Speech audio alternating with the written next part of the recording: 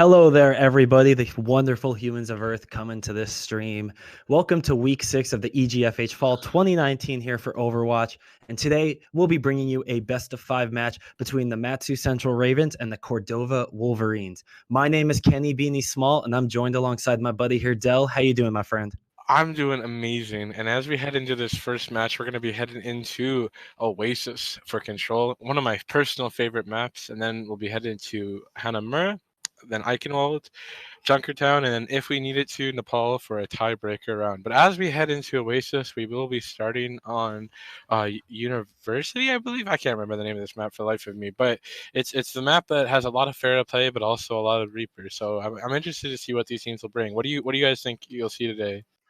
Well, to be honest, I think a lot of Reaper May is going to be popping. I think Doomfist, can be a difficult hero for some people to play. His limits are really pushed when you have to play him at a top tier level. So if people aren't adept with him, I think Reaper May might be a really safe fallback, very meta composition. But by the looks of it here, Dell, we're not going to be seeing very much meta at all. We actually have a Genji coming out, so the meta's out the door. Well, it looks like they're copying Team USA's comp, where they want to reflect the Moira orb in some sick, twisted fashion. And as we see this comp, we saw it to kind of cheat out a win on Nepal on Village. So I'm interested to see if that's their game plan. But it might work here because they do have all the potential here to pop off. But as we see this first fight head into, we got to pay attention to this Doomfist. Yeah, the Doomfist and the Genji. A point I want to bring up real quick about that Genji is he's going to have to be very, very precise with those deflects. There are 3 different members who can completely ignore his deflects, but the fight's going to break out here early on. Both teams just scrapping on the point. Guilty Spark going to pick up one, Searchlight grabbing another, so it's going to be a 5 versus 5 here on the point, but it looks like Azimi is going to be picking up a kill for his team, and it's going to be the MSCS Ravens snagging themselves a first fight win here on Oasis. Yeah, that was quite a clean fight here. We saw Noah Boy, he's definitely been a Reinhardt player in the past that we've seen on this stream, and he's definitely put in some good work. We saw a Apocalypse drop early there, but the follow-up from the tank line and the follow-up from really everybody on the team there was just really great to see.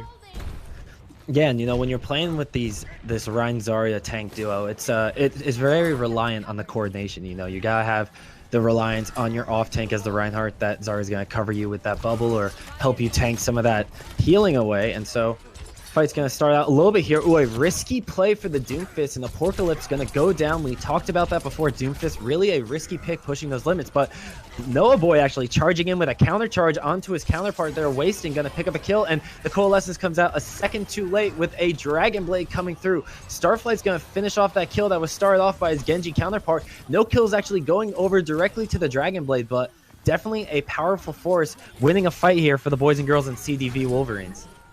What a closer there with Starfight getting these last kills, closing up with AK Guide dropping there, but just a little bit more stall. But, that was just a crazy fight. Lots and lots of plays being made, but eventually what it came down to, I think, is Starflight popping off and killing 4. Interesting thing is both swords available, and I feel like this comp really does benefit to holding defense, because not having the speed and not having the Zarya bubbles means that they're going to have just so much damage as we see them try to retake this choke here. Yeah, that's a really good point you bring up. Having the ability to be the ones that have their feet planted in the ground as the defense on the point, is going to be very, very clutch, because they don't have as much defensive utility. Yeah, Waster to scrap. Ooh, Waster and the Wolverines here starting this defense off strong. Yeah, look at that coming out here. We got Whole Hog going in there, but the Graviton Surge going to be used to counteract that. AK Guide and Azimi popping those ultimates, but Searchlight going to be the first one to pick up a kill there with the Whole Hog. Going to be a 5v6, make that a 4v6, 3v6, and the TikToks go down. Clock ticks on their lives, and it looks like we're going to have a gray screen for the team coming out of MSCS. The Wolverines. Yeah, I said W instead of M. Looking like Mini instead of Wumbo. Sorry about that. No, the Wolverines are interesting. We saw them struggle initially, but once they've gotten this momentum going, we've seen big things. And, those support ultimates were even layered. We still have the rally of Solnakis available, and that ultimate is just so powerful right now. But I really look at the Hammond swap here, Dell. Oh, the Hammond swap for sure from AK Guide. So no more Zarya, so just going to have so much more aggression to maybe coordinate with this Doomfist. And you can be such a nuisance when you have that Hammond. Look at that. Unfortunately, Guilty Spark does go down. The defenses the DPS will fall to the defenses here as Wasting picks up a kill there. Shatter's going to come down. a nice little finish up fight here. Gonna have to clean up these last few kills, but a Dragon Blade and a Tire both come out. That's a lot of ultimates used for a fight that was already guaranteed one, but with 93% on the point, it looks like it's gonna be worth it. Yeah, Porcalypse is the last member here on this fight, and he looks gonna touch the point and get out of there. A little bit of room. Yeah, only one member on the point, gonna be Azimi's Lucio here, trying to last it out for as long as he can. Soldier Visor's going to be popped alongside a Hammond coming in, but not much going to be gained from that. It's just a very long stall coming in here, but a beautiful charge going to take that Hammond very low. Coalescence almost keeping him fully up, but only 2 members left on the point, and with overtime ticking down faster and faster for each second that you delay it, it's going to be very, very shortly won over here by the side of Cryptactic and the Wolverines. Cryptardic. What a wonderful opening here from Oasis. You know, I always talk about how these Alaska teams start off strong, and today's been no exception. With these Wolverines and the Ravens, we have 2 very, very aggressive teams, and very interesting because, you know, they're playing to their own strengths. You know, Homemade Deals seems very comfortable in the Mercy. Sold Noctis seems very comfortable in the Gita, and then having Starflight consistently pop off has just been something that I feel that the Ravens haven't been able to really match. You know, Guilty Spark. And so we have ourselves. This is University actually here, my friend. This is the map you were talking about. You can tell because all the books. Look at that. That means knowledge. That means knowledge is power. And so lowing out here onto University, we got ourselves a little bit of a switch up in the composition we're going to be seeing from Azimian squad. They have an Orisa Reinhardt, so the double shield going to provide a lot of defensive utility here against the shield break that Hog provides. Yeah, but a big hook from Searchlight there. Porcalypse getting big value as well. Yeah, look at that. Oh, a beautiful punch right there, taking Searchlight off the map, and that's going to be 3 members falling here from the side of the Wolverines, and now the Ravens seem like they have found their moment to strike with this double main tank composition, and now the first fight going into their favor here as they try to bounce back. Exactly, and we're seeing that the strength of a Porcalypse. You know, we didn't see it much in the first half of this map, but now it seems to coming into the element with this Doomfist play that we've seen him for in the past. And so, going to be setting up here on the defensive with that double shield. It's going to be interesting how they position their Orisa here. She's making her way back onto the point. Just, you know, has to, not even a gallop, I guess a nice little trot coming back because she's not very fast at all. Ooh, Doomfist dropping very low. Does unfortunately fall there. And it looks like this fight breaking up early here for the Ravens as the Wolverines have found the perfect place to strike. Yeah, no, we're just seeing just lots of Doomfist damage. Cryptardic got some big kill, but a huge shatter there from AK guys. But these kills just keep going the way of the Ravens here, trying to close out this fight.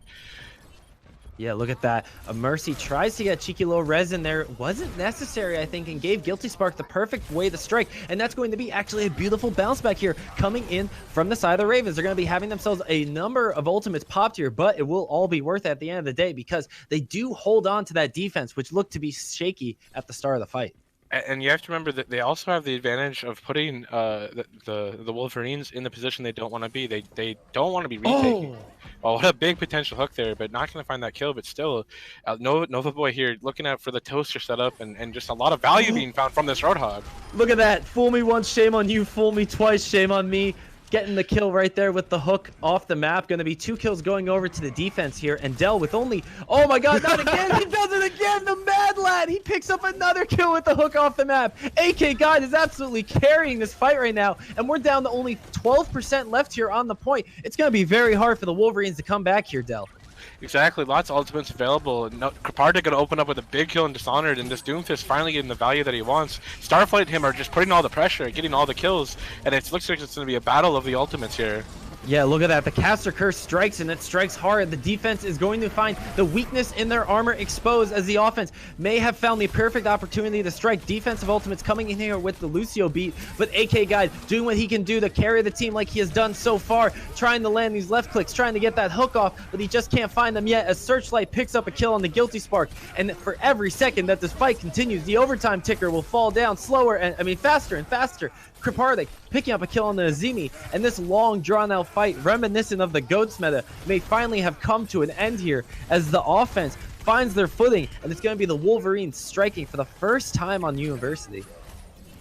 And the kills finally ending their way. That fight was nothing short of epic. Almost a 30 seconds to a minute fight there of just overtime epicness. And the other thing is now we have them in the power position. They have the ground, they have the positioning, they have the mercy set up, and they have this big rally. So this is potentially going to be a lot longer map than we thought it was.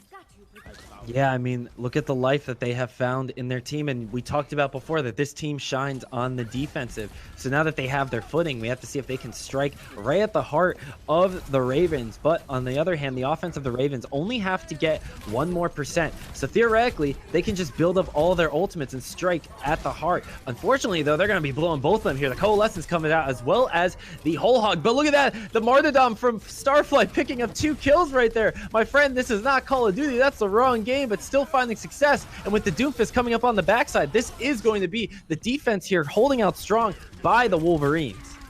Yeah, and you talked about alt charge, and that's something that's definitely going to be a factor here. But there's just not a lot still on the side of the Ravens. They need to build up alts, and they need to build them up quick because we have not much time left before this is really do or die for the Wolverines. And look at that AK Guide finding another hook there, getting another pick for his team, doing everything he can to create openings. And look at that. Another hook right there coming out, taking out the Junkrat, but there will be a trade of Doomfist on the other side of the map. Kerbordic taking out Apocalypse, and with the Gravitic Flux coming in, we do see Guilty Spark falling and Dishonored going down as well. 20% left here on the point. And what looked like to be a dominant chokehold here looks like they are going to be on the back foot. The Ravens have to find any kind of way onto the point with only 12% left. This is reminiscent of the other side of the coin. Exactly, and this Brigitte and Mercy ultimate is going to be the key here to this defense. Rally is just too strong, and combined with the Valk, there's just going to be so much healing on the field. And will the touch come out? It looks like we will see Apocalypse make the touch, and we'll go for the ultimate here. Oh, that looked like a fat Doomfist ultimate going to come down, but Starflight actually steals the show with his huge 3K, picking up 2 at that time, and 1 with the Martyrdom. This poor man's going to have a tough issue with getting the rest of these kills, because my god, the Shatter comes in, just adding insult to injury, and now it looks like the defense that couldn't be stopped is going to win out here on Oasis, and that's going to be your Wolverines.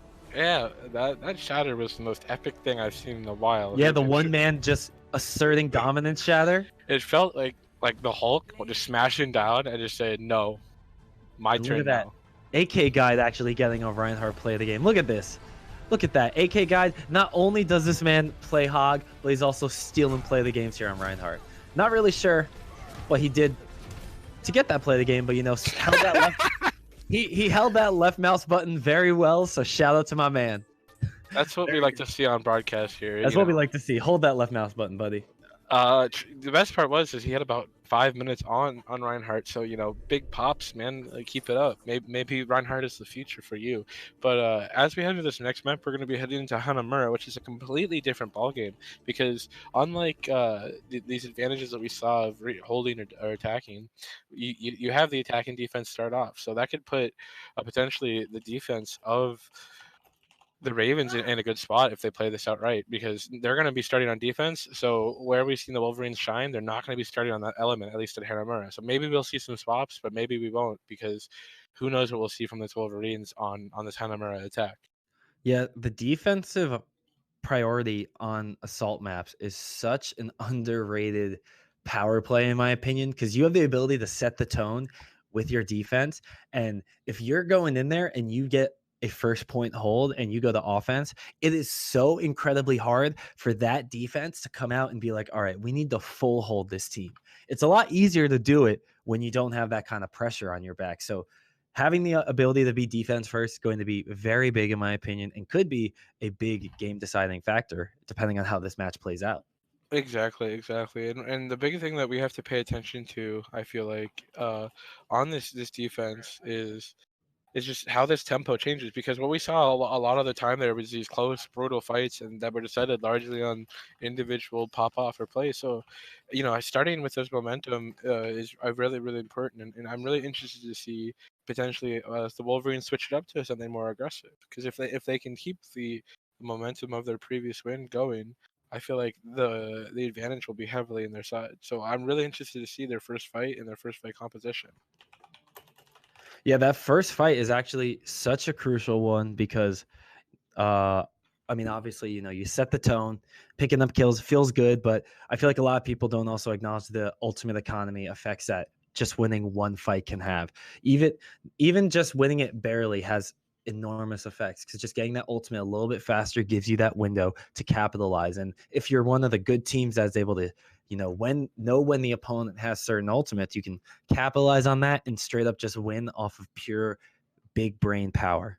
Exactly. And as we head into this wintry The Winter Hanamura, Wonderland. yeah, the winter wonderland of Hanamura, you have to remember it is now holiday season. One of Yeah, the things who that cares about Thanksgiving, right? exactly, throw that holiday away. It's present time, and also, since we're in Alaska, uh, believe it or not, there is snow outside. Who would have thought? It's Yeah, who cold would out have here. thunk it? And also, I gotta say, Dell, I'm looking at this first point, and I'm just peeking at the snowman right here, just peeking back at us. Oh Like he's yeah, he's very happy. If you look in on his face, he's pretty hyped. Little does he know that this peak right here, he's gonna get headshot by a Widowmaker. yeah, man, probably. He's He probably will be dead. very happy. Favor the Or shooter. Shake my head, honestly. or he might get one shot by this Junkrat. Because Oh, Starflight sure has shown to be pretty proficient on that hero. And oh no, what are you doing? Oh, AK, we hyped you up so much, and you break apart this poor snowman. No.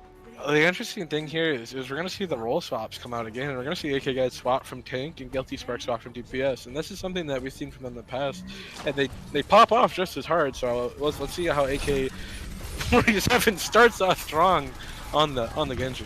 Yeah, look at that. Searchlight picked up a page out of AK's guidebook for Hog and stole a kill right out from underneath him. Now, having that lost member on defense is such a crucial detriment to be in. But look at that. Kriparik goes down and oh no, the res! Oh man, Homemade Meal went for the res but didn't keep themselves floating long enough and lost the cooldown. That's so unfortunate there, Dell. Exactly, and now we're just going to see both teams kind of start back to square one, and there's not really a big advantage in the form of ultimates. We do see Dishonored have a lot of charge, and interestingly, it's going to throw down the field, so there is a window of opportunity for this attack, but the DPS are just pressuring the backline so well. Yeah, and that's honestly the job of a Genji and in some cases a Reaper. Just get in the backline, cause a little mayhem, but make sure you're calculated about it so you don't get dropped. And as I say that, we see Apocalypse going for a cheeky little drop down onto the backside, trying to take out this Ana, having a very difficult time at doing so. Will not pick up the kill, but Dell, it feels like we've been stagnant at this gate right here for a minute. I've been shocked that AK-57 and Apocalypse are not dead. They have been inside of the enemy backline, and they are not dying. Finally, AK will drop, but honestly, I can't blame him for being that aggressive because he was just getting so much value. Yeah, and I mean, look at the ultimates right now. The offense has so many in their back pocket. If the Wolverines just, wait it out, get themselves their nano boost, they can go in with 3 ultimates ablazing, and look at that. There's none available on the defense. If they do it now, if they hit that go button, they can win this next fight. Exactly, and Apocalypse is just getting a lot of value, getting a lot of ult charge, but what a big shatter from Wasting there to open it up. That's a fatty shatty if I've ever seen it. Someone called Jenny Craig or something. My God, Kripardik trying to join in that fat party too. Gonna be picking up 1 kill here, and the Dragon Blade comes out on the backside by AK Guide. Although the defense investing a few ultimates here, not going to see much return on that investment, as it will be the offense getting a hook onto Azimi, finishing off this last kill and getting themselves first blood on this assault map. I'm heavily surprised that Guilty Spark didn't just lay down some pipe there with that shatter, because man, he had the opportunity of a lifetime. but as you see, Apocalypse here sitting in the back line, he has the Blossom built, and he's on the flank here, so potentially going to get something cheeky, but Searchlight has spotted him out. Yeah, Guilty Spark should start calling him one of the Mario Bros with that kind of plumbing, Unfortunately, though, his team is going to leave their Junkrat behind. Apocalypse looking to capitalize off that, but Kripardik blowing that dash a little early. No deflect in the back pocket either, but he almost picks up Apocalypse, but Apocalypse gets to that Mega. Unfortunate to say the least. Nobody will go down as Zamora responds, and the first push here onto Hanamura B looks like it's going to be coming out here very shortly by the Wolverines. Exactly. We've seen AK Guide swap over to the Fire, which is a really interesting play. Oh, he's putting a lot of value. Wasting there, going to drop to the counter pin, but Starlight showing up big with 2. Yeah, Starflight, Starbright, will you find my star tonight? Picks up 2 kills with that Junkrat tire. Homemade meal, making amends for that last res issue. Secures that one right there. A Death Blossom comes out, picking up 1. Not going to find any more kills right there. And this is going to be the stall coming in here from the defense. Can the Ravens find themselves a perfect defensive predicament? They drop the Amplification Matrix, trying to boost a little bit of damage they have, but no kills will come of it.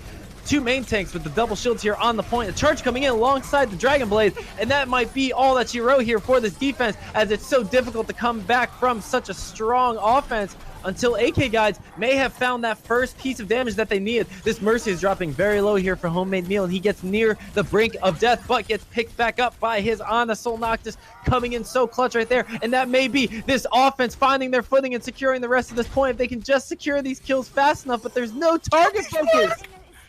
Oh, he didn't hit the shatter in time, but his team is still pulling out. We see Noah drop the bongo. Porcalypse is set up on the Bastion, potentially going to melt the entire enemy team. The boosted bongo is just going to give him all that damage, but he They didn't even get a tick.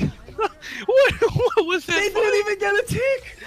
Oh my god, Alaska, I love you. I don't know what it is about you guys. I cannot believe that there wasn't a tick. Oh my gosh. Like, I want to say so many things because so much happened. We saw Homemade Meal just absolutely pull some crazy stuff out of the attack of Mercy. We saw a Guilty Spark just laying all sorts of hammer blows and building that shatter up in crazy ways, and then we saw just a lot of big plays for Dishonored. The Baptiste seems to be the pick, and it's just worked to such a good effect. But Noah came in with the bongo too, and this defense has just been crazy.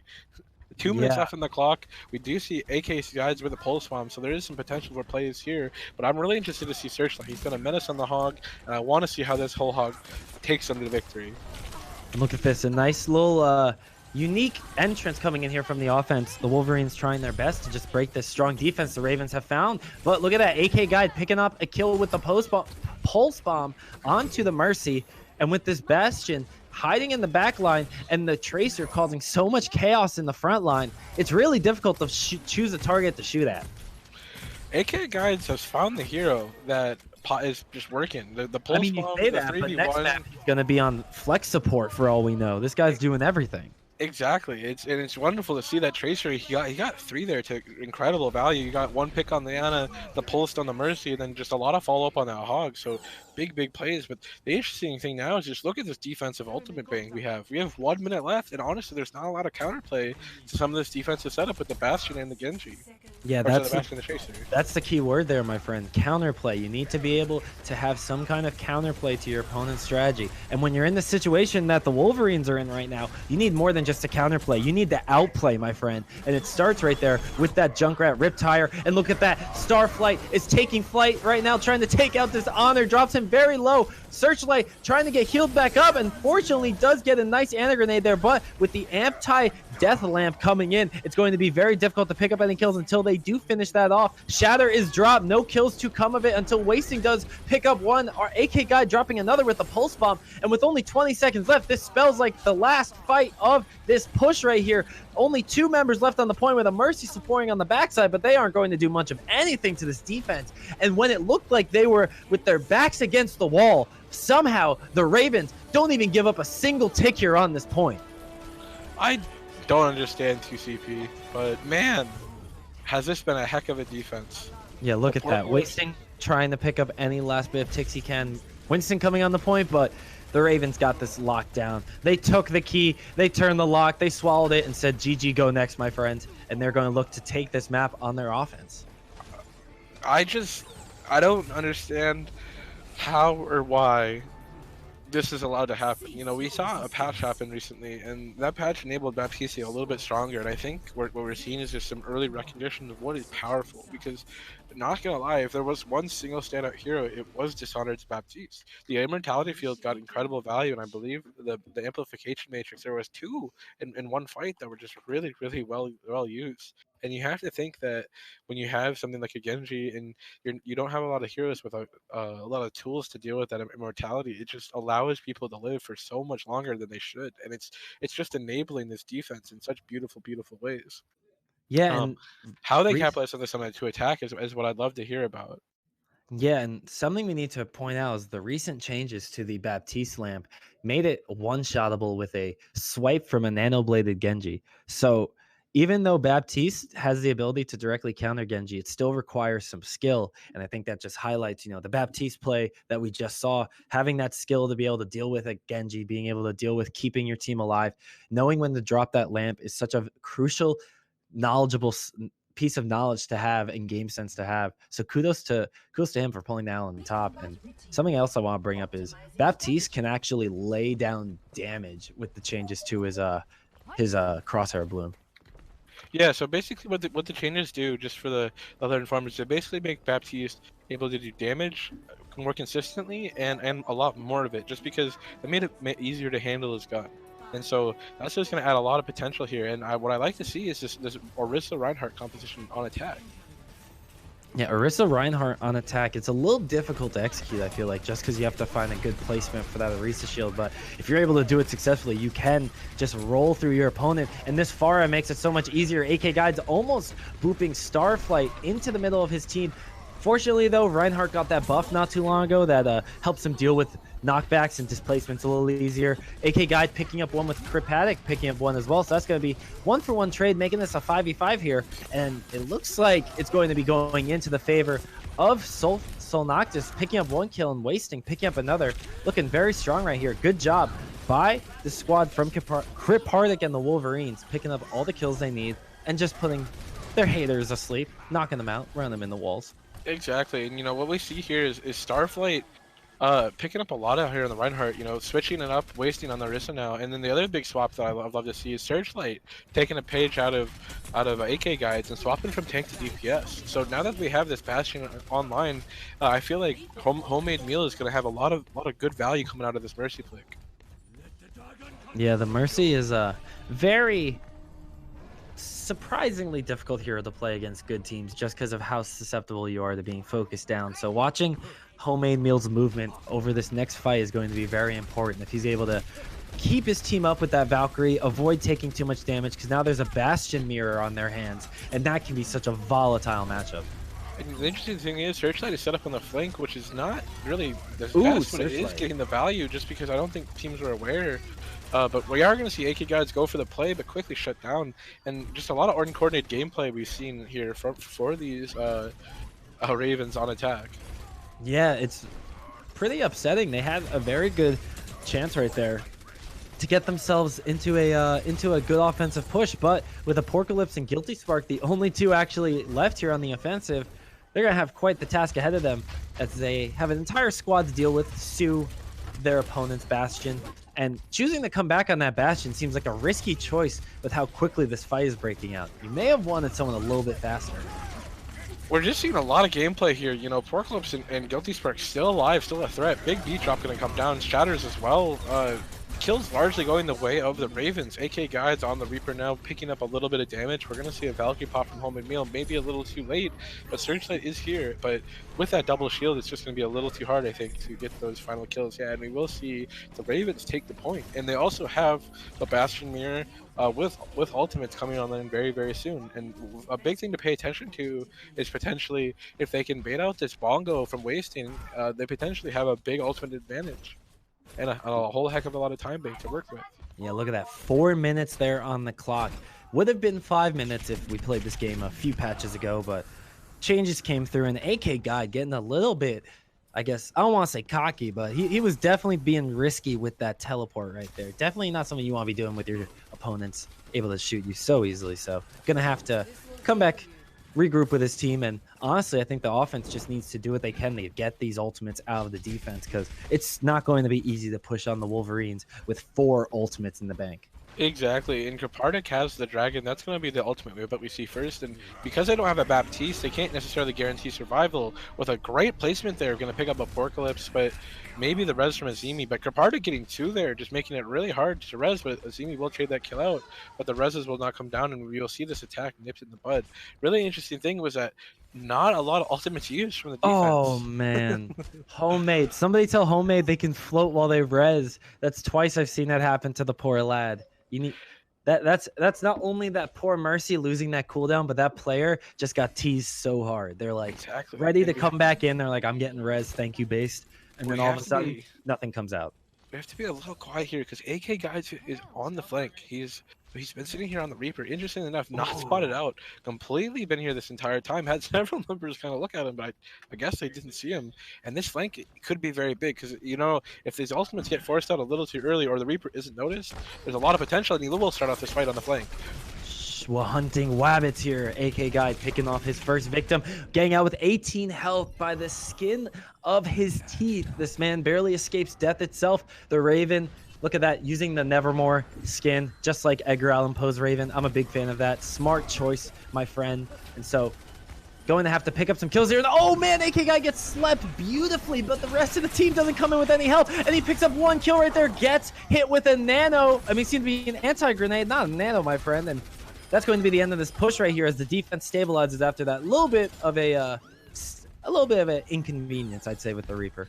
I think we need a drug test Starflight for adrenaline because, man, this guy is just putting on the gas pedal. We saw a pin into not only a Bastion with double shield and all of his teams, and then not only getting the first kill on Dishonored, but also just finding a ton of value pinning into almost 5 members of the enemy team. What a big play just to shut down that high ground advantage and really enable his team to hold on. And as we head into this minute and 30 seconds, we have to remember that it's still anyone's game with these Star Wars battles happening between the two Bastions.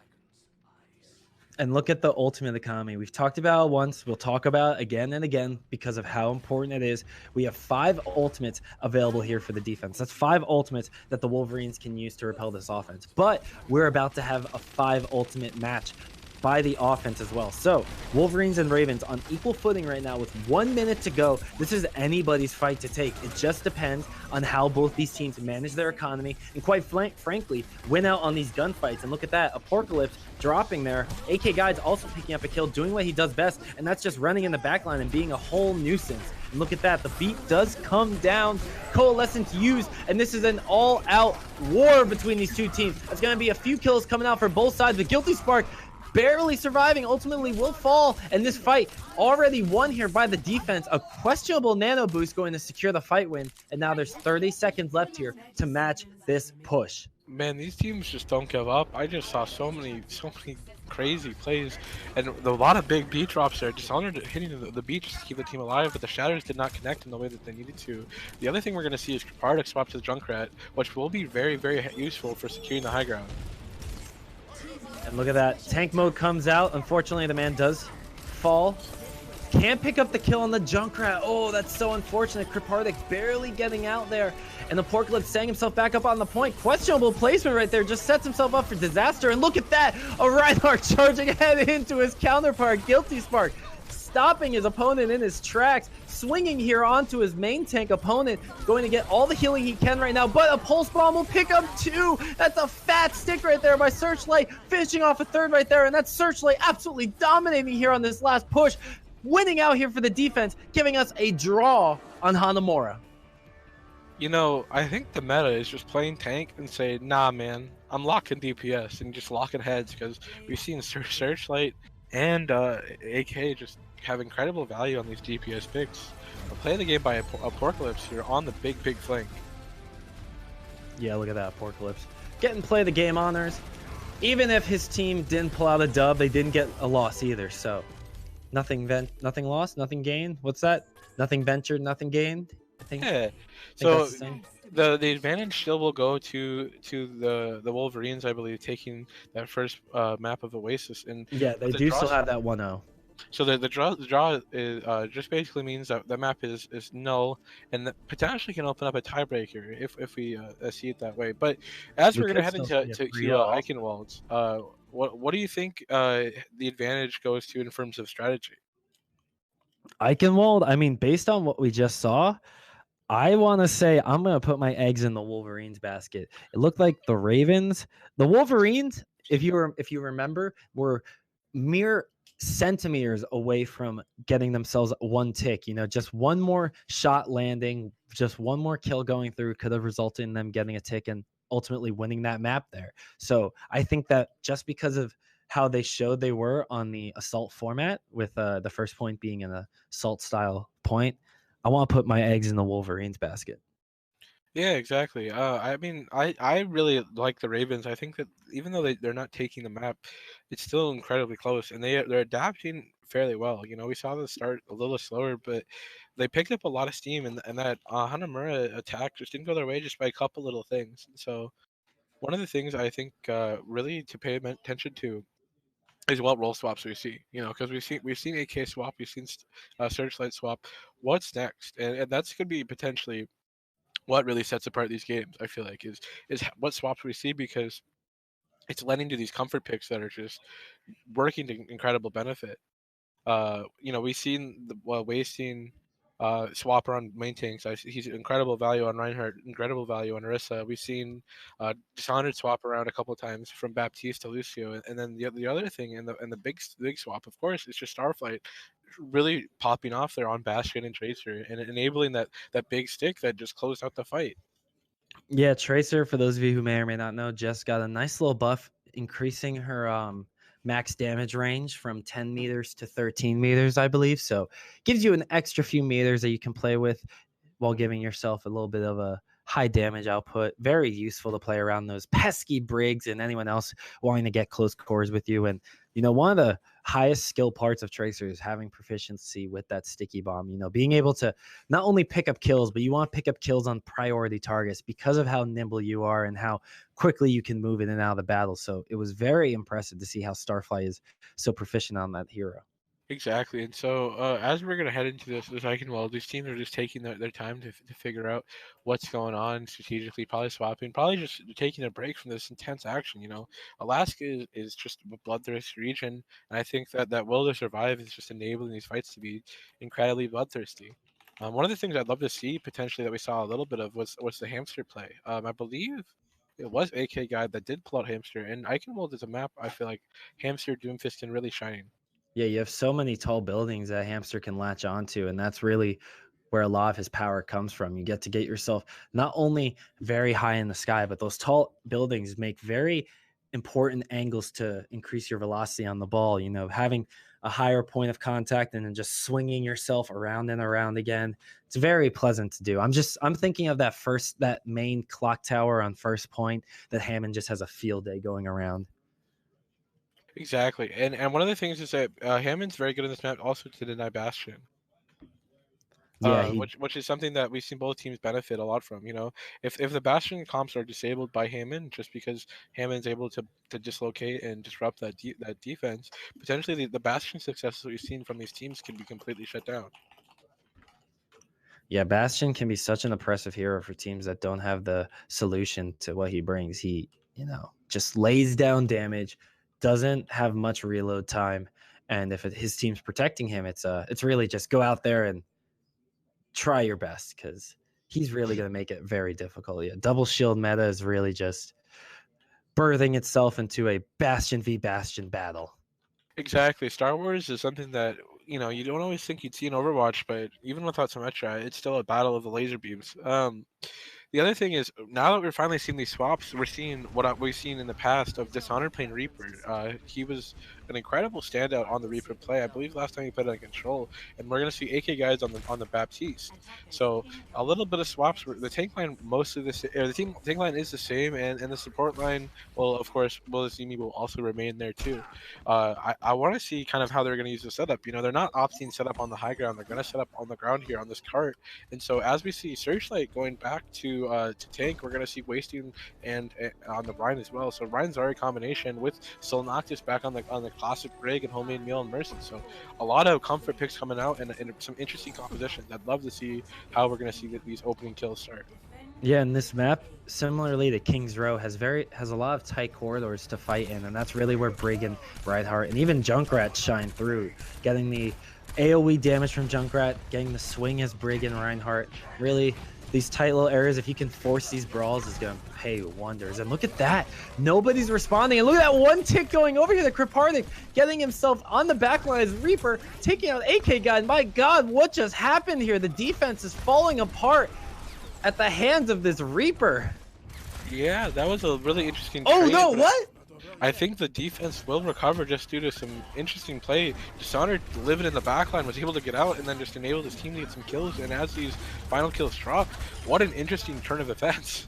Yeah, the defense really stabilize after losing such a crucial member there. Losing your Baptiste in a Bastion comp is a scary, scary time. Losing that Immortality field, not going to be something you want to do very often. But the 5 members that were still standing picked up AK Guide. And look at that. What did I talk about before? I said next map, we're going to be seeing AK Guide playing Flex Support. And Del, what's he playing, bro? The prophet has spoken, and look at that. You know, look at this Reaper play from Dishonored. He has no care in the world with flanks. Regardless, he's just in the backline and he doesn't die. It's remarkable to see how much value Dishonored gets on Reaper. Yeah, and AK Guides dropped very low there. Almost got taken down by Searchlight and Zarya, but fortunately able to pick himself back up. On the other hand, though, Dishonored dropping low in a 1v1 duel against his counterpart Reaper. We will see both these teams stabilize for the time being, but with Apocalypse laying down fire with the Bastion, Reaper coming in with a Death Blossom, Amplification Matrix, and Coalescence all coming down. There's going to be a Shatter actually coming from the backside, picking up 1, but I think it's too little too late there, Wasting. You only got 1 kill for your trouble. Apocalypse still having a field day, and Starflight barely missing out on the kill there. Going to be the defense stabilizing yet again, and only 1 minute and 55 seconds left on the clock.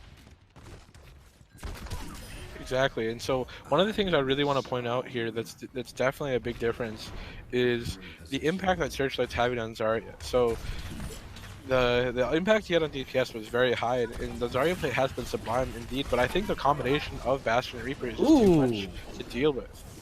Soul Noctis right there. Picking up a kill onto that Reaper. Kripardik picking up a kill on the Zemi, and look at that. Our defense got a little too aggressive right there. The Ravens are going to have to pay for their over-eagerness right here, as they only have their Bastion as their damage source.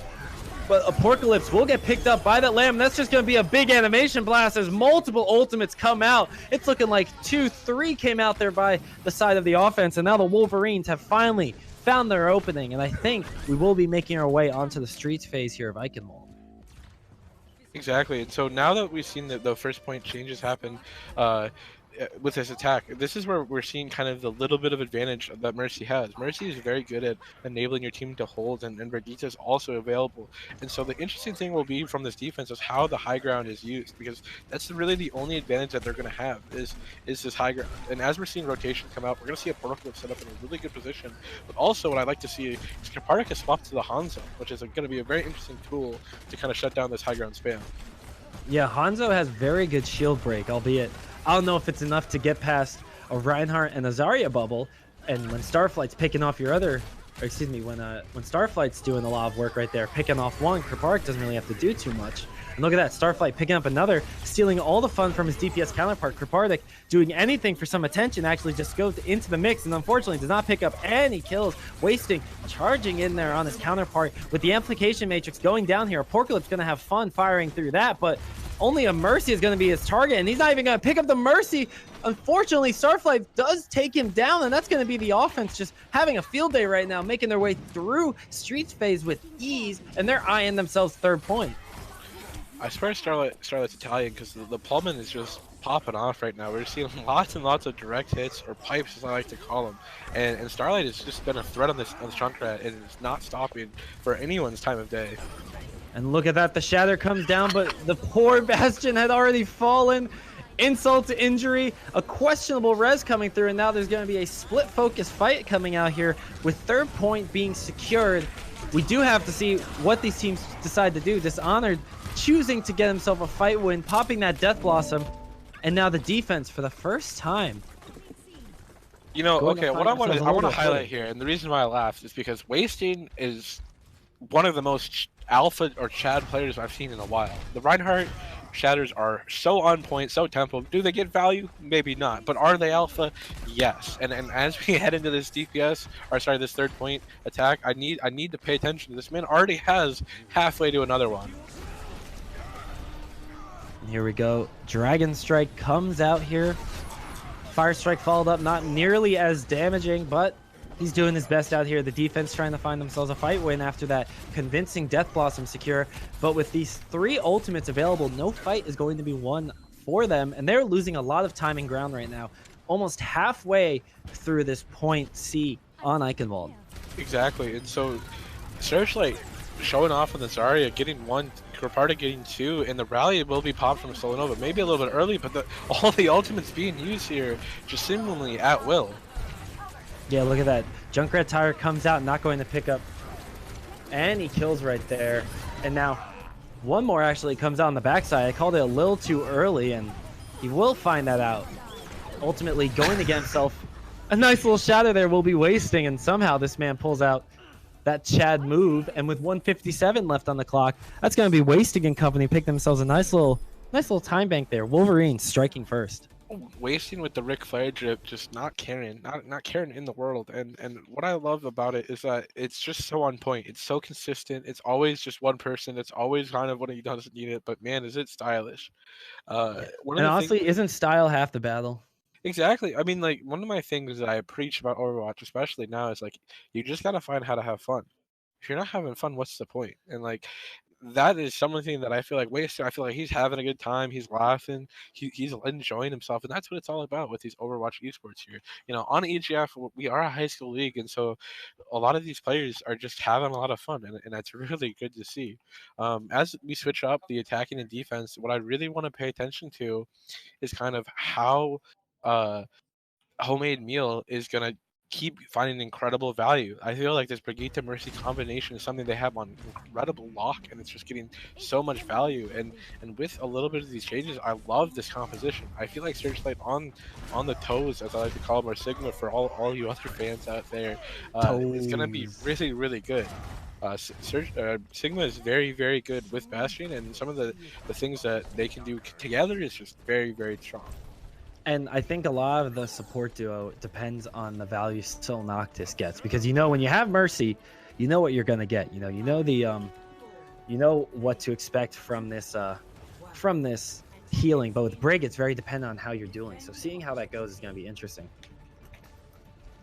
Yeah, exactly. One of the things I really want to pay attention to is kind of this attack approach we're seeing. We're seeing an alternate angle, fast appearing Guilty Spark leading the charge here, and keep opening up just a lot of room here. Porkless getting the first kill, and what a great attack strategy we'll see. Yeah, Starflight picking up, dropping right there to Apocalypse and Soul Noctis. I talked about needing value. Well, that's value in of itself. Landing a nice little kill. Unfortunately, going to fall to Apocalypse post-death mines. Going to fall in that trap, actually. So that's a lot of damage coming out at 1 second. Burst sure is a hell of a thing to deal with. Exactly, and one of the things that we're seeing is as this attack keeps going, it's just the kills are trickling in the way of the defense. Starflight getting some value there, but also just letting his team kind of get the regroup going and get the defensive hold back on point with Solnoctis returning for 6. Oh no, look at that Kripar that goes down there. Ultimately, the res will come through. You can't screw that one up, my friend. And this Bastion back into the fight, wasting, picking up kills, and look at that. One may have fallen, but the rest shall rise, and the rest of this defense holds down the fort with 2 minutes and 40 seconds left. They have quite the road ahead of them, but they've gotten off to a great start. Exactly, and well, as we're seeing this defense really get into effect, we're seeing also the snowball effect of those ultimates. You know, with Mercy, you generate ultimates faster. If you're boosting damage, fire strikes, if you're boosting Sigma damage, if you're boosting Bastion, you're building more ultimates. It's just a fact. And that's going to be something that helps this defense snowball, as the ultimate advantage will forever be on the defense. Exactly. We talked about before, we said multiple times, winning that first fight just snowballs so hard if you can play it correctly, and we're seeing it pay dividends right now in terms of ultimate economy. Kripardik, though, questionable positioning right there. Ultimates only matter as much as your positioning and game knowledge, my friend. AK Guides, Guilty Spark, the rest of the team pushing through this defense, and Caster Curse struck hard here because this defense, which looks so promising with almost 6 ultimates, throws away that lead. Okay, I don't know, Mr. Beanies, if you're familiar with an OG beat. Do I need to educate you? I think you need to educate me. Okay, OG is a player in the tier 3 scene. Very talented young man, also known for his Lucio play. And an OG beat is kind of the reverse of an Ajax beat. An Ajax beat is when you die midair. OG beat is just when you do it for style points. And man, the return on that ultimate was so big. The man slammed it down to start out that fight and enabled his team to just pop off. Dishonored got so much value because he had a full HP beat hit him right when he needed it most. Man, I love to see it from Azimi. What an absolute monster of a play. Honestly, though, sometimes when you're playing Lucio, you're just like, all right, guys, we're going in. I'm tired of this. And you just hit beat, speed in, and say whatever happens, happens. And look at that. Paid off massively for them. There's going to be a big Reaper ultimate coming in here on the backside. And Brig misses her stun. Soul Noctis could have saved that fight, but the stun misses. And that means that we will see the offense pushing through all the way past the halfway point here on the Streets phase. And the Ravens are finding themselves in a great position to match the time that their opponents put out. Exactly, Starlight fight getting one there with a tire, but it's going to drop probably very soon. Dishonored and just wiping out teams here, building a lot of ult charge. But what we have to see is a big shatter here from Guilty Spark. Yeah, Big Shatter is going to change the fight, but both Rhines have that power in their hands. Wasting, though, asserting dominance over his counterpart, going to be slamming him into the wall, coming out, taking out another member of the squad. Dishonored will be the fallen comrade, and that's going to be a nice little retake here for the defense.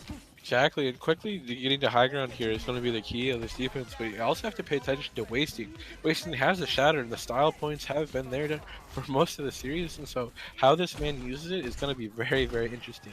The other thing that's also interesting to pay attention to is how Brigitte will be used here in this defense, because the rally is just very, very strong on Icon. Yeah, you know, something we mentioned earlier, the reason why it would be so strong is how tight-knit a lot of these corridors are going to be. Look at this, where still Noctis is right now, almost every member will have access to that rally. Coalescence coming out early, going to be taking out one member. Wasting will be that victim. Dishonor coming up with a nice kill on the Soul Noctis on the backside. Going to be 2 kills going down for this offense. And with Starlight trying to do everything he can to just stall this fight out a little bit longer, not going to find himself any kills, and that's going to be Azimi and team picking up a nice little fight win right now, and the Ravens are finding their footing, trying to get to third point, but I think one more fight is going to come out from the Wolverines. Exactly, nope, you know, I was wrong. We're going to see this 3-minute time bank, so the time needs to be a little quick if you want to get this advantage. So the snowball on this fight is going to be really important, but a Portal Clips does not die to the hook. What is that? That is not a good play to see, because as we're talking about snowball, and we have 47 seconds left to equalize out this time.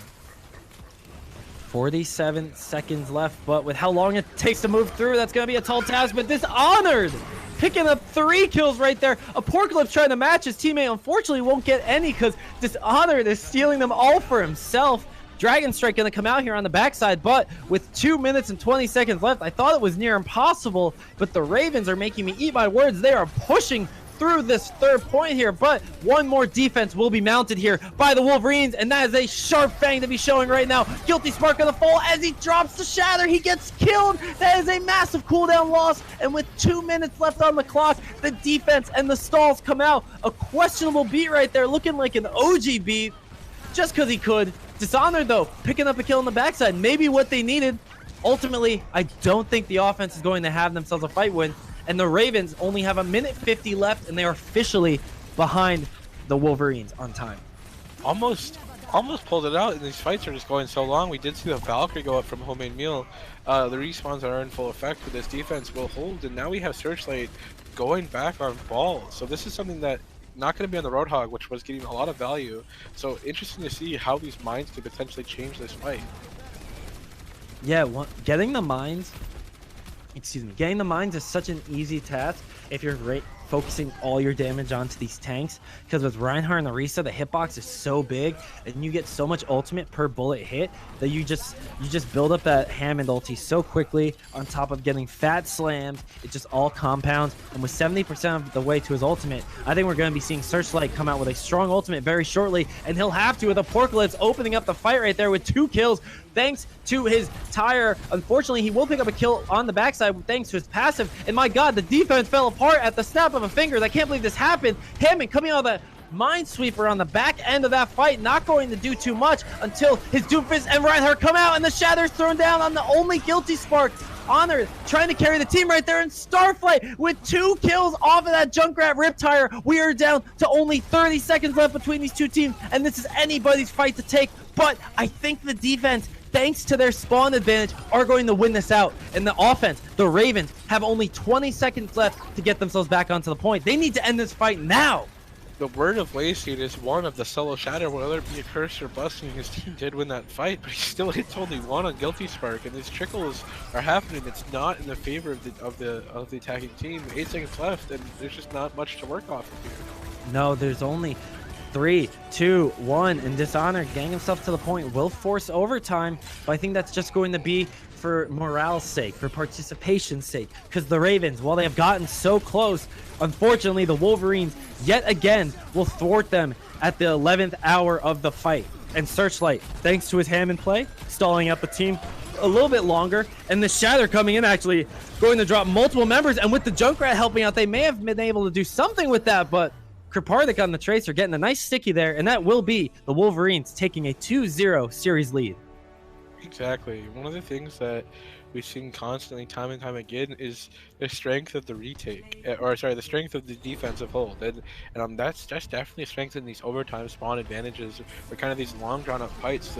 The healing of Brigitte and the healing of Mercy together are just very, very good. And look at Guilty Spark with a very nice, clean Reinhardt play of the game there.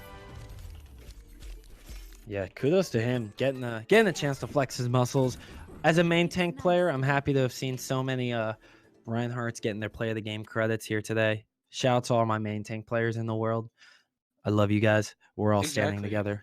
Yeah, Brothers, no, stand strong. main thing's pretty good. You know, you guys all have the same things. You're all into the same personalities. It's really interesting. Like getting a bunch of main tanks and put them in a room.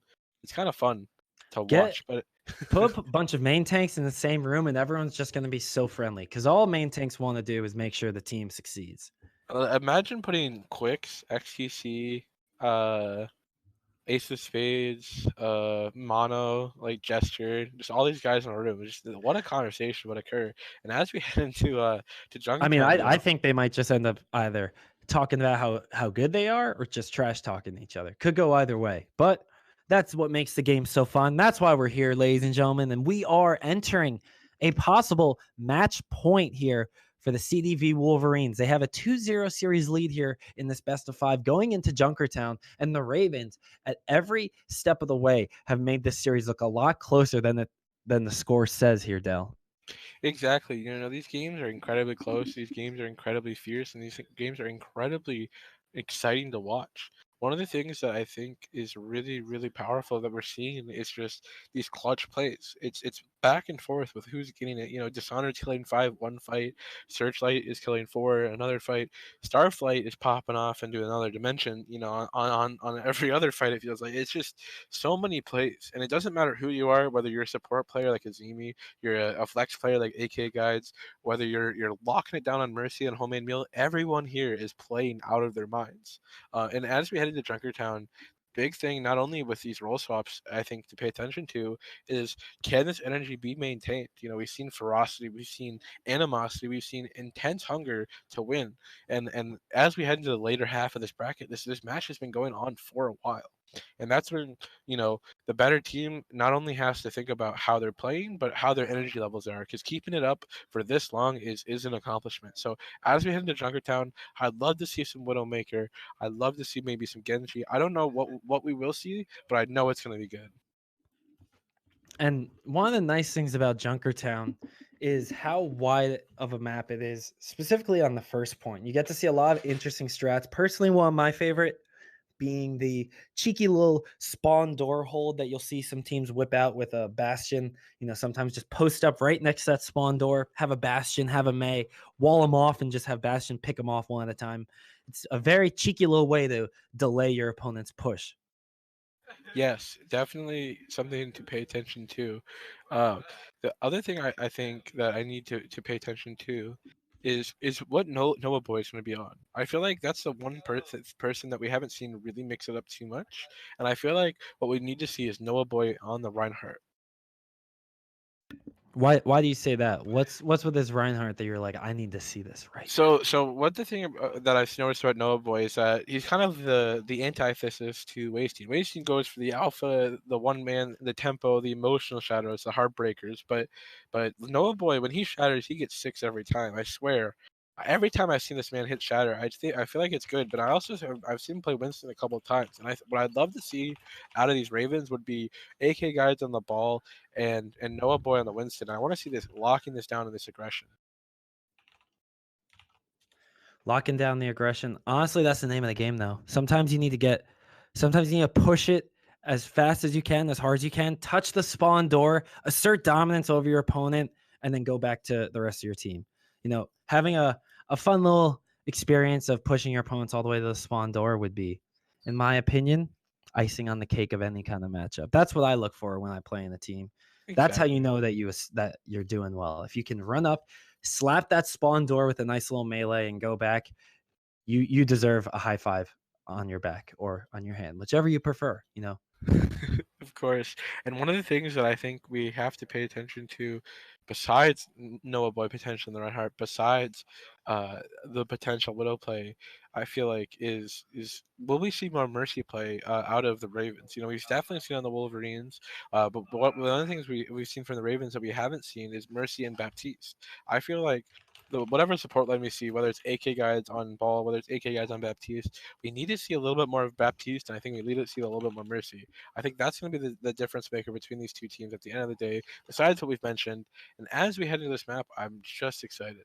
I'm just excited for potentially what we see the end of a terrific series on our EGF high school series here between the MCS Ravens and the CDV Wolverines. Yeah, shout out to Matsu City. Shout out to Cordova? Shout out to Cordova. Shout out to everyone who's playing in the EGF seasonal leagues, whatever game you're playing, whether you're Smash, whether you're Rocket League, whether you're playing Overwatch. Thank you for participating. Thank you for watching the stream too. Thanks for supporting high school esports in general.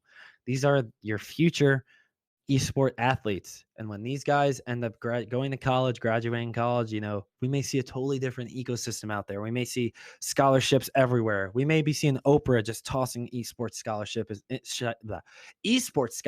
into the crowd. So this is the future. Thank you for supporting it. Once again, my name is Kenny Beanie Small. This is my buddy Dell over here. We're just waiting for the last few technical issues to be sorted out here on our side, just waiting on one of the players from one of the teams to get back, and then we'll be all set and ready for this, like I said before, possible last match of this series with the Wolverines having a 2-0 lead. This reminds me of a situation. Okay, so I used to be on a team with a man named Jake. It's not the Jake in Overwatch League. It's a different Jake. This is maintain Jake, and one of the most not funny, Junkrat Jake, maintain Jake. I know everyone knows maintain Jake. One of the most funny, passionate guys I met. He was actually a Paladins coach, I believe. But I was on a team with him and Dante. It was called Momentary. Plasma Stake, Octile, Smevs.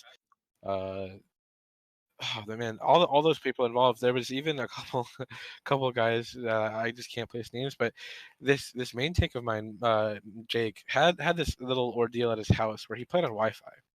And the reason why this is really important is because it reminds me of the technical time of every time someone in his family used the microwave, it shut off his Wi-Fi. Man, you talk about technical issues in scrims, technical issues in tournaments, the amount of times that we lost because this man's brother had to make a hot pocket in the middle of the series. I swear, this pause just gave me throwbacks to that because. Man, it's not quite like losing a tournament when someone's brother puts in a hot pocket. Do you know the olden days of people when they used the internet couldn't use their phone line and vice versa? Oh, DSL, yeah. No, I'm a little bit of a older man myself. At age 23, I do remember the dial-up days. Dude, look at that. Just two 23-year-olds reminiscing on the days of olden when you had to shut off your internet to be able to call someone on the home phone. And when your TVs had to be set to channel 3 to play any video game. Yeah, when I grew up in Montana, I basically grew up in the 80s, let's be honest. But as we head into the Junkertown, we're going to see some compositions that I really, really like. We're seeing Baptiste from Dishonored, we're seeing AKK swap back to Tank, but also we're going to see Karpardik on Widow. So big highlights, hopefully, from the man. And opening up strong with the Widow pick. Guilty Spark. I'm not sure what you were doing there. Did he think he locked Widow or something? Because that's where a Widow would be standing, my friends. But nonetheless, gonna be an easy first pick for Karpardik on that Widow. The first time we'll see it this series. And I want to reiterate that the offensive team right now, the Wolverines, they are facing their match point. So if these guys get themselves a nice little push right here, they could be sitting real pretty to take this series 3-0. On the other hand, though, the Ravens on your defensive side, they have quite the road ahead of them, having to come back down 2-0. So if they want to mount a comeback, we will have to go into 2 tiebreaker matchups. Exactly, and so as we're heading into this push, we saw Capartic open strong, but not finding the value, but big hooks coming out here. Searchlight putting the team on the back, but we're seeing Noah Boy in the shadow holding it down, keeping it alive at a very low HP. Oh, Noah. Oh, man, that charge looked like it was a little bit too close to the wall, and he didn't want to hit it. Still getting out alive, though, thanks to support from his team, and Kripardik going to be dropped right there. Apocalypse avenging his fallen teammate from earlier. Guilty Spark going to fall down afterwards, and with the lamp and Ant Matrix thrown down, Apocalypse not in any optimal positioning right here. Still going to pick up the kills that he needs to. Hog coming in. A nice job by AK on the Sigma, eating the hook from the Hog. Very well done right there. And while a res does come in, Searchlight going to be dropping that nano boosted whole Hog. I think this is going to be our offense finding a nice push through this Bastion held defense off the back of numerous ultimates if they can just secure these kills. No, Apocalypse just refuses to die. The healing, yeah, and look at what you did. Mortality is just absolutely crazy, and you will finally drop Dishonored, not getting the final immortality that we needed, but big hooks out from Searchlight, continually getting value out of this Roadhog pick. Yeah, look at that. The hooks coming in, and Guilty Spark opting to go for the Junkrat over the Doomfist. Interesting choice. Maybe it'll pay off. They definitely think that Starflight's the bigger threat, and a pause comes in here. We'll figure out what that is for you guys very shortly, but in the meantime, something I want to bring up is the fact that Starflight got picked off is a little bit of a telling sign of how the Ravens see their opponents. The Junkrat tire by Guilty Spark went right past Kripardik and went straight for Starflight. Yeah, so basically, we had a player immediately disconnect, and thanks to a feature from Blizzard, the game was immediately paused in that instance. So no advantages can be gained. And as we wait for that player to disconnect, we'll see what happens on the recontest here.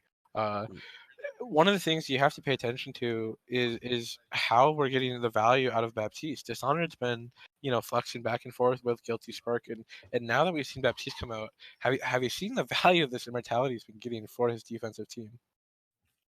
Yeah, the immortality is really keeping this Bastion alive in a lot of sticky situations. I'm not a big fan of how Apocalypse is positioning his Bastion, but all of his missteps on the positioning has been covered very well by Dishonored and the way he uses his lamp and AK guides on that Sigma, both of which are doing a great job at keeping that Bastion alive. The protect the president compositions, as is what I'd like to call it.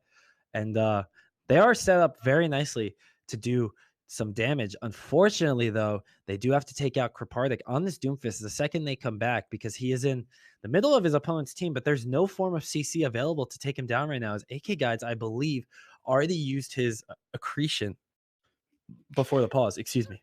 Yeah, so the other thing to pay attention to is that Soul Noctis is the only healer available, and that's also something that's important to point out, because Mercy has been used a lot of value with kind of like using the beam to kind of over heal or pre-heal. So not having that little extra healing and putting that extra pressure on him is going to make it a little bit more difficult here for as well, and that's just one of the sad disadvantages that happens from disconnecting. The other thing that you got to pay attention to, I feel like, is where is Apocalypse right now, and where in that position, the Bastion, I think, could be also the key to the defense. Yeah, I mean, Apocalypse is the president in the protect the president composition. So making sure he's A-OK is going to be top priority for the 5 Secret Service members he's got. Ultimately, though, only support ultimates available, and with Azimi's being the only actual direct impact to the game, whereas, the amplification matrix doesn't directly impact the game, it's an enabler. But he is able to set up his team for success, and I do believe we have our disconnect coming back. So he has joined, and a quick shout out to our producer, Navik. He is celebrating his birthday, his 21st birthday, and since he's over in the UK, time has already ticked past midnight for him. So shout out to our producer celebrating his birthday. Navik doing great jobs here for EGF, so we appreciate you, Navik. It's not fair. You can bend time. I don't like that. I want one time zone. One time zone for the world? Yeah. Come on. Well, let's stop on this here. I want Novak to celebrate his birthday on my time. Wow, look at that. Typical American, man. Bringing uh, bringing the Englishman to your side of the pond now. Is that what you're doing? no, I just UTC all the way. I'm a computer. Let's make it work. You know, Dell. It's the same thing, right? Who needs to spell an L? But as we're waiting here for this pause, I believe we're just gonna take a quick break and we'll join you back when we have 6.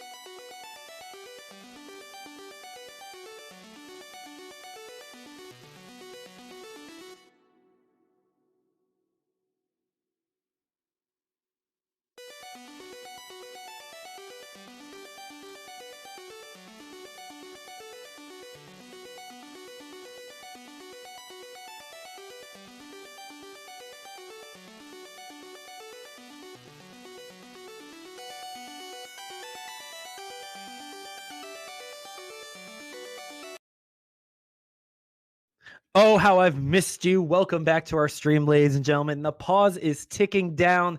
We have entered the game yet again, and we are bringing you this action. Unfortunate internet outages cannot be avoided, but they can be properly dealt with, and we have seen just that come out of the Wolverines as they are coming back here, getting their player back. It was homemade meal, so that's going to be a reset on the Mercy Ultimate economy, but it doesn't look to be too damaging because the offense of the Wolverines is already set in stone to be set up very well. Look at that. Doomfist just going right in on the pork lips, taking them down head on.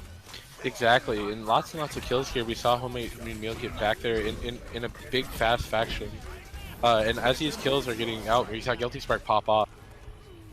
Yeah, look at that. Guilty Spark popping off, taking out Starflight. We're going to have Searchlight also getting himself a kill. Kapardik getting one as well. So it's going to be a slow take here for the offense, but I think it's got to come through soon until, my God, a Shatter coming in from the backside, going to be securing a fight win here for the defense. And look at that. Only a minute left here, and it's looked so promising this whole time, but still not in the favor of the Wolverines. No, not at all. And so look at that. Kapardik going in on the Porcalypse, trying to make some magic happen again, going head on the fight. Unfortunately, does not pick up any kills. Wasting, going to be taking down that lamp. And the Porcalypse just having the field day, sitting pretty on this point, dropping all the offensive attacks coming in here from the Wolverines. Exactly. Porcalypse has laid it down with the Bastion. The Accretion going to fly out as well. And lots of ults, but no, not a lot of kills. Not a lot, nearly none, to be honest with you. Apocalypse is the only one I'm seeing having any sort of impact on the kill feed.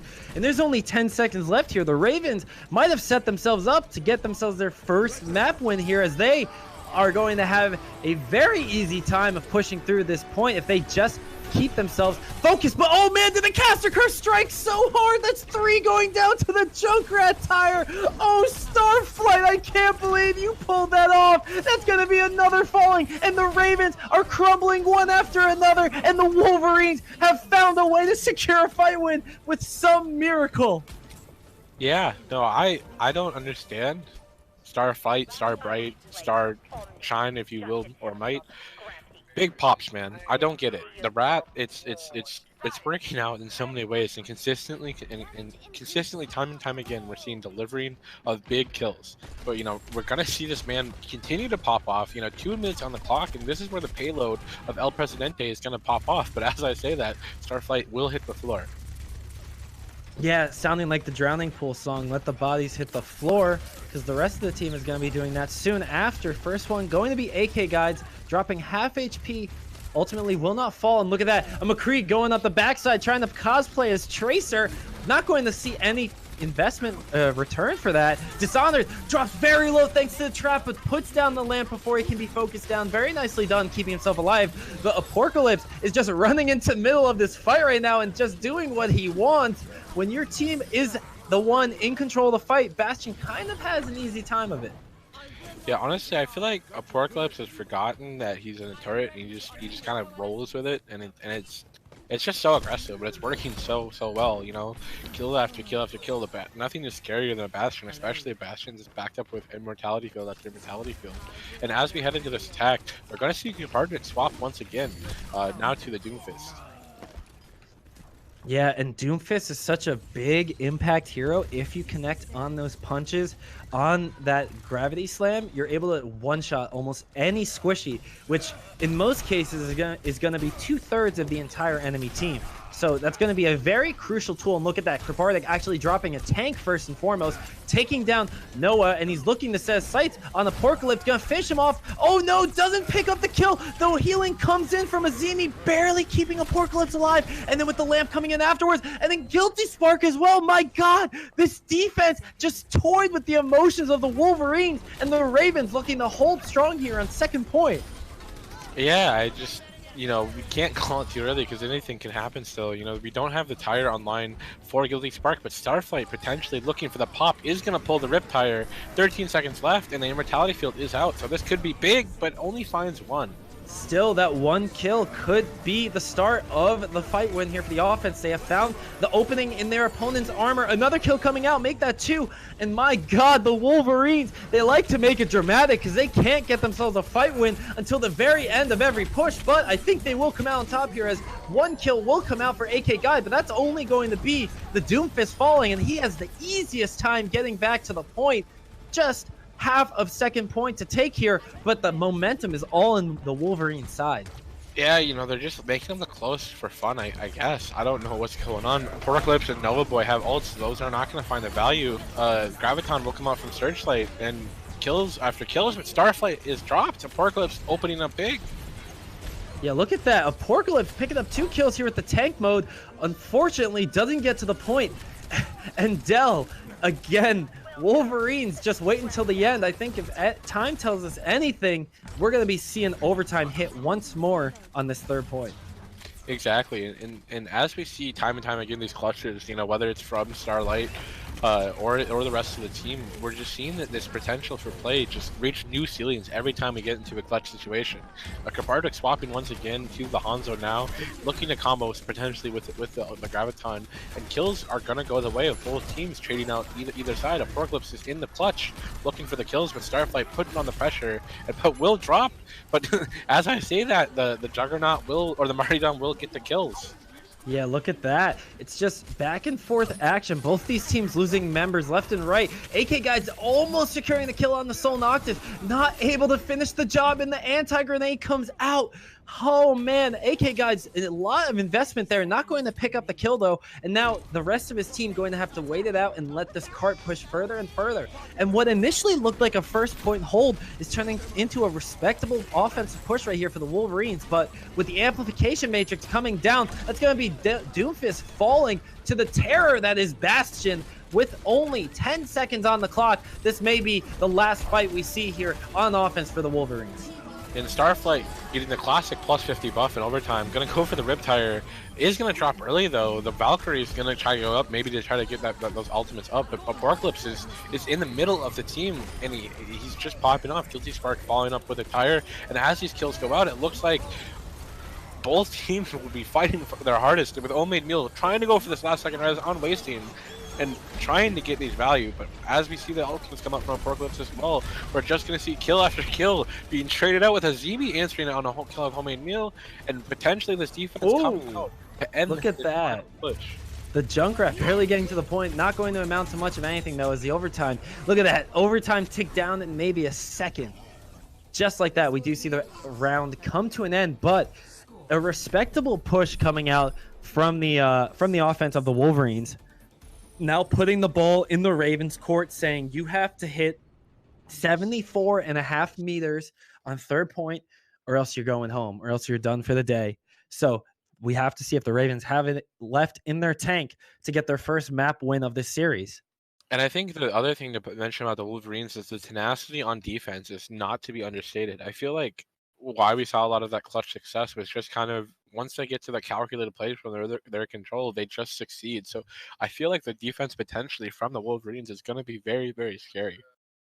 The things that I'm very interested to see are what heroes Karpartic is picking, and also what combination we see with the Mercy of Homemade Meal. I'd really like to see Solnoctis pop out a Baptiste. I think that's the key to this defense here on Junkertown.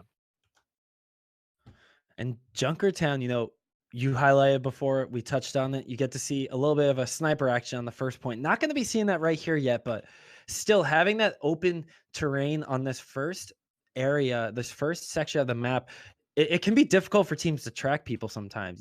Players might get lost in the chaos when you're running against something like a Moira and they have that fade in their back pocket. They can just slip and slide between these different cover points on this open area and the different buildings that they have access to. So it is quite a task to deal with defense on this first point. Getting a full hold on point A here isn't something too easy to do, but if it's popsicle, it's possible, right?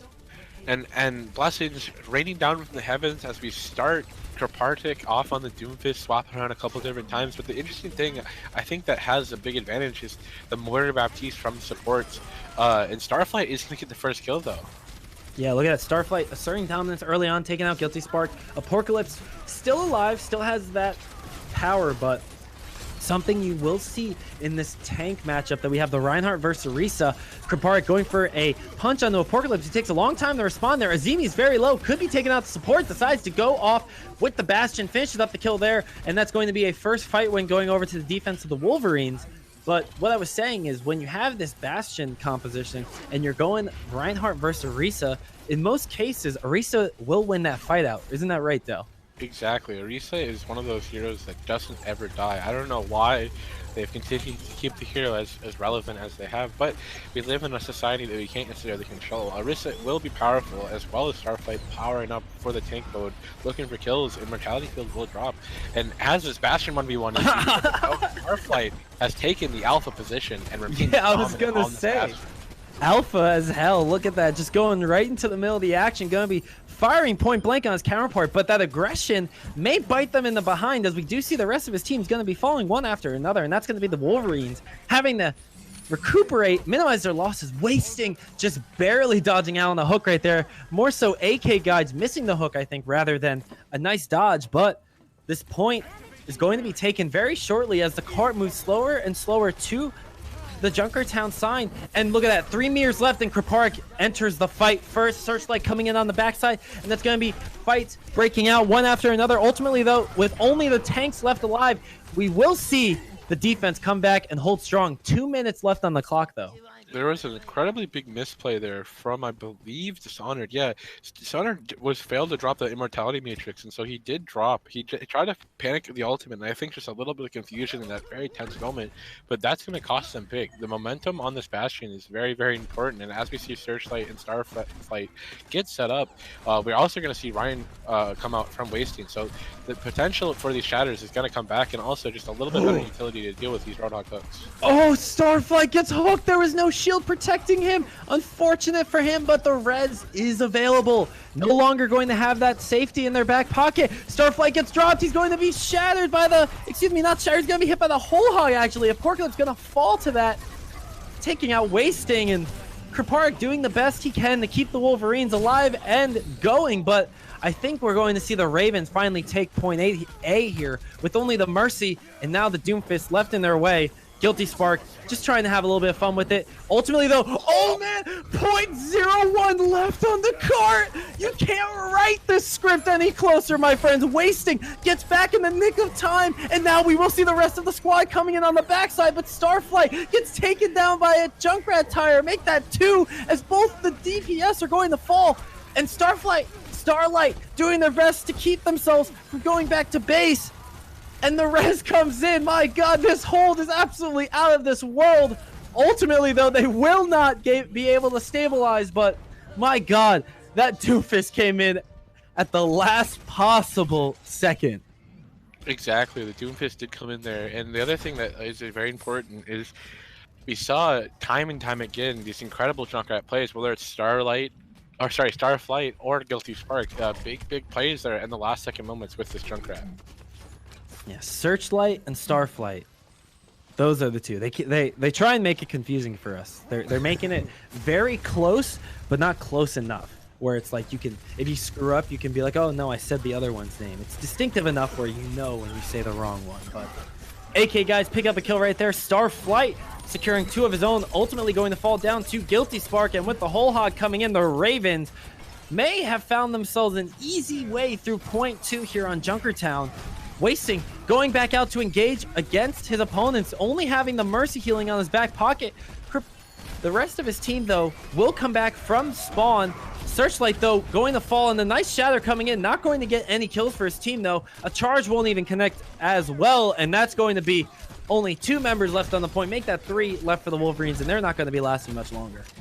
Definitely not. You know, we've seen Guilty Spark kind of come into his own on the Junkrat. He's been putting down so much damage and is using the fact that the enemy team is tunneling on a Apocalypse on the Bastion and is finding just a lot of value. And as these fights break out, we are going to see Searchlight swap to the ball. Yeah, he's trying to get back to point a little faster. 85% on that ultimate, but we have reached 3rd point here on Junkertown. This is the Ravens, possibly striking their first blood of the match, looking to get themselves their first map win of this best of 5. Now, remember, they have 2.5 minutes left on the clock, and if they don't secure this map in those 2.5 minutes, then this will be a 3-0 for the Wolverines. So the Ravens have their work cut out for them, but no good story starts out easy, my friends, and the Ravens are setting themselves up for a great comeback. Exactly, and as we see these fights break out, we're kind of seeing these members fight one-on-one, but we will see the Immortality Field being dropped, so this will be trying to get broken, and it will get broken, the kills will come out, Wasting will fall, Noah Boy getting a big pin on Karpartic, but the Junkrat will be getting some more kills. Starflight trying to make the play, Searchlight coming in with some mines, and these kills trading out both directions, and it looks like the defense will remain stronger. And as you pay attention to the Searchlight, I thought he was just getting a little bit too much value on him, and it's just showing to pay dividends here as the offense returns. Yeah, the whole hog comes out as the offense returns. Doomfist, Karpark actually coming in on the backside, gonna be hitting AK Guide out of that full hog, and these Reinhardts are just brawling, swinging at each other. Noah Boy barely winning that fight off the skin of his teeth. Oh man, and the nano boosted Mercy comes out, just doing what she can to hold down left click with that power pistol. Not going to mount to many kills. They do lose 1, they do lose 2. The Ravens look so dominant, and it's looking like the Ravens still have life in them yet. It's looking like we're going to go to a map 5 here as these teams are going neck and neck, but the Ravens have control. They have the momentum, and they have the kills coming out. It's just going to take a few more meters, and they do secure Junkertown for themselves. Look at that, the Ravens, 2-1 in the series. Exactly, and you know, homemade meal looking more like a snack there with that nano, not getting all the value that we wanted to. You know, Nano Mercy is incredibly scary, and it looked like for a second we're gonna get a lot of value, but Nano Mercy just didn't close out what they wanted to. But a big Doomfist ultimate there. Oh man, a fat Doomfist ultimate coming out from Karpartic here. Ultimately, not going to be enough for the Wolverines to secure a win, but the Wolverines again still up 2-1 in this best of 5. But for those of you who may have missed our earlier sets, this is going to be map 5 of this best of 5 coming up here, and we're only at 2-1 score. It's because Hanamura actually ended up in a tie. So this next control map may or may not end up in the favor of these guys and gals. Exactly, and so we will get this last map here figured out, and we're just going to take a quick moment while we get these teams ready for this final map 5, potentially tying the series up or taking a clear victory here.